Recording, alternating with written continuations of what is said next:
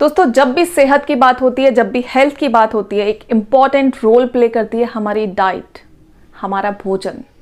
हम क्या खा रहे हैं, कैसे खा रहे हैं और कितना खा रहे हैं, ये एक्चुअली काफ़ी मैटर करता है और एक्चुअली यही डिसाइड करता है कि हमारी सेहत कैसी होने वाली है, हमारी हेल्थ कैसी होने वाली है।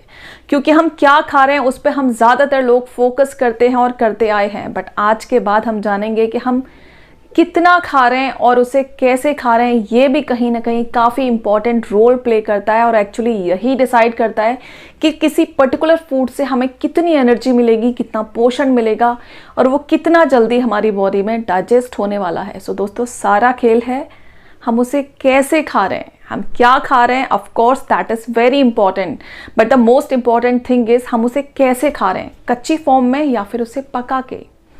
अब मैं बात करने वाली हूँ कच्चे खाने और पक्के खाने की।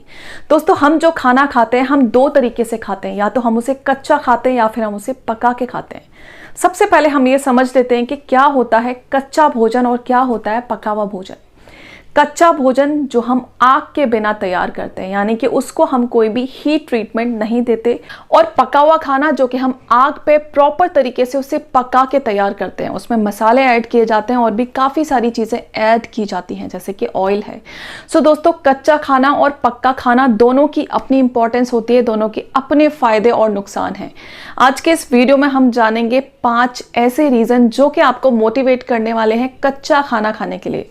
कच्चा खाना खाने के कितने फ़ायदे हो सकते हैं, क्या एक्चुअल में कच्चा खाना हमारी सेहत के लिए पके हुए खाने से ज़्यादा फायदेमंद है, यही सारी चीज़ें हम डिस्कस करने वाले हैं। So let's get started. Welcome back to 3D health. My name is Shrinkhala Sharma और आज के इस वीडियो में हम लोग डिस्कस करेंगे 5 ऐसे रीज़न जो कि आपको मोटिवेट करने वाले हैं कच्चा खाना खाने के लिए। सबसे पहले हम जान लेते हैं क्या कहना है डाइट एक्सपर्ट्स का, क्योंकि इस मैटर में, इस टॉपिक में काफ़ी सारी स्टडीज़ हुई हैं, काफ़ी सारी रिसर्चेस हुई हैं। सो क्या है उनकी फाइंडिंग्स। डाइट एक्सपर्ट्स के अकॉर्डिंग अगर हम माने तो हमारा जो भोजन होता है पकाने के बाद उसमें से आधा पोर्शन रिमूव हो जाता है, ख़त्म हो जाता है, क्योंकि काफ़ी सारे न्यूट्रिएंट्स हीट सेंसिटिव होते हैं। वो जैसे ही हम हीट अप्लाई करते हैं, जैसे ही किसी भोजन को, किसी भी फूड स्टफ को हम हीट ट्रीटमेंट देते हैं, वो डिस्ट्रॉय हो जाते हैं। वहीं कुछ न्यूट्रिएंट्स ऐसे भी होते हैं जो कि जैसे ही हीट ट्रीटमेंट उनको मिलता है वो टॉक्सिन्स में कन्वर्ट हो जाते हैं। सो 2 तरीके से ये खाना हमारे लिए नुकसान दे सकता है, काफ़ी नुकसानदेह साबित हो सकता है। सो हमें ये जानने की ज़रूरत है कि हमें कौन सा खाना कच्चे फॉर्म में खाना है और कौन सा खाना हमें पका के खाना है। सो इसके लिए हमें ज़रूरत पड़ती है हमारे डाइट एक्सपर्ट्स की, जो कि हमें बताते हैं कि कौन सी चीज़ें कच्ची खाना ज़्यादा फ़ायदेमंद है और कौन सी चीज़ें हमें पका के खाना ज़्यादा फ़ायदेमंद है। सो ये एक लिस्ट है कि हमें कौन सी चीज़ें रॉ फॉर्म में खानी है।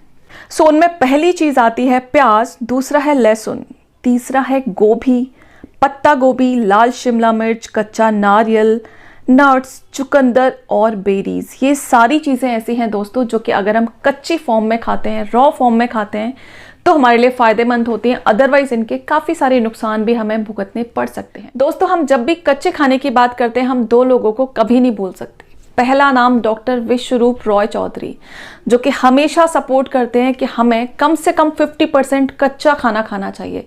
उनका मानना है कि पकने के बाद जो भोजन होता है उसमें काफ़ी सारे न्यूट्रिएंट्स डिस्ट्रॉय हो जाते हैं, तो हम जो खा रहे हैं वो एक्चुअल में आधा खाना होता है। हमें पूरा खाना खाना है, अगर हमें उसका पूरा पोषण लेना है तो हमें हमेशा आधा खाना कच्चा खाना चाहिए और आधा खाना पका हुआ खाना चाहिए।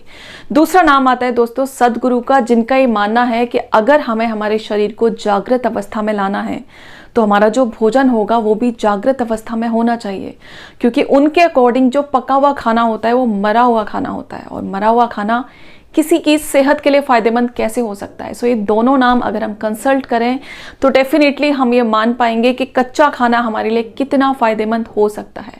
इसके बाद हम बात कर लेते हैं कौन से हैं वो 5 रीज़न, कौन से हैं वो 5 हेल्थ बेनिफिट्स जो कि हमें कच्चा खाना खाने से मिलने वाले। So first reason, more nutrition and more nutrients.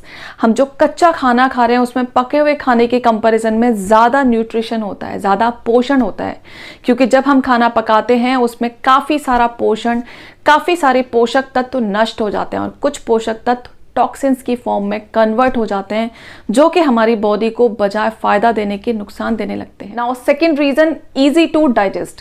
दोस्तों कच्चा खाना पचाना बहुत आसान होता है, उसे डाइजेस्ट करना बहुत ईजी होता है, हमारी बॉडी के लिए बहुत ईजी होता है। हमारी बॉडी की आधी से भी कम एनर्जी वेस्ट होती है उस कच्चे खाने को डाइजेस्ट करने में। लेकिन अगर हम बात करें पके हुए खाने की, तो उसको डाइजेस्ट करने में बॉडी को बहुत टाइम लगता है, उसकी काफ़ी सारी एनर्जी वहीं वेस्ट हो जाती है। और दोस्तों यही रीज़न है कि कच्चा खाना खाने के बाद हमें कभी भी लेजीनेस फील नहीं होती, हम कभी भी लेथार्जी फील नहीं करते खुद को। वहीं अगर पके हुए खाने की बात करें तो पका हुआ खाना खाने के बाद कम से कम 1-2 घंटे हमें काफ़ी लेजी लगता है थोड़ी देर लेट जाएं, थोड़ी देर सो जाएं, बिल्कुल मन नहीं करता कुछ भी काम करने का। सो यही मेन रीज़न है इसके पीछे।